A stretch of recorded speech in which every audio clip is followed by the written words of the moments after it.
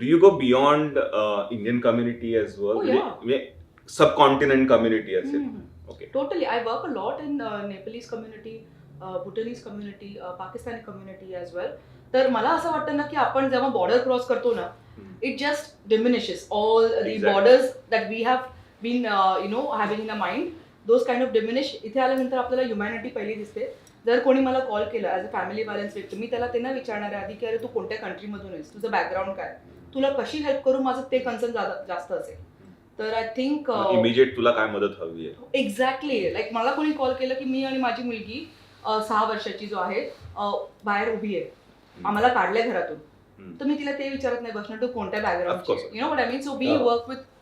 So luckily I've got a group of volunteers also who kind of go with my vision and support me in my thoughts and actions. Excellent, excellent.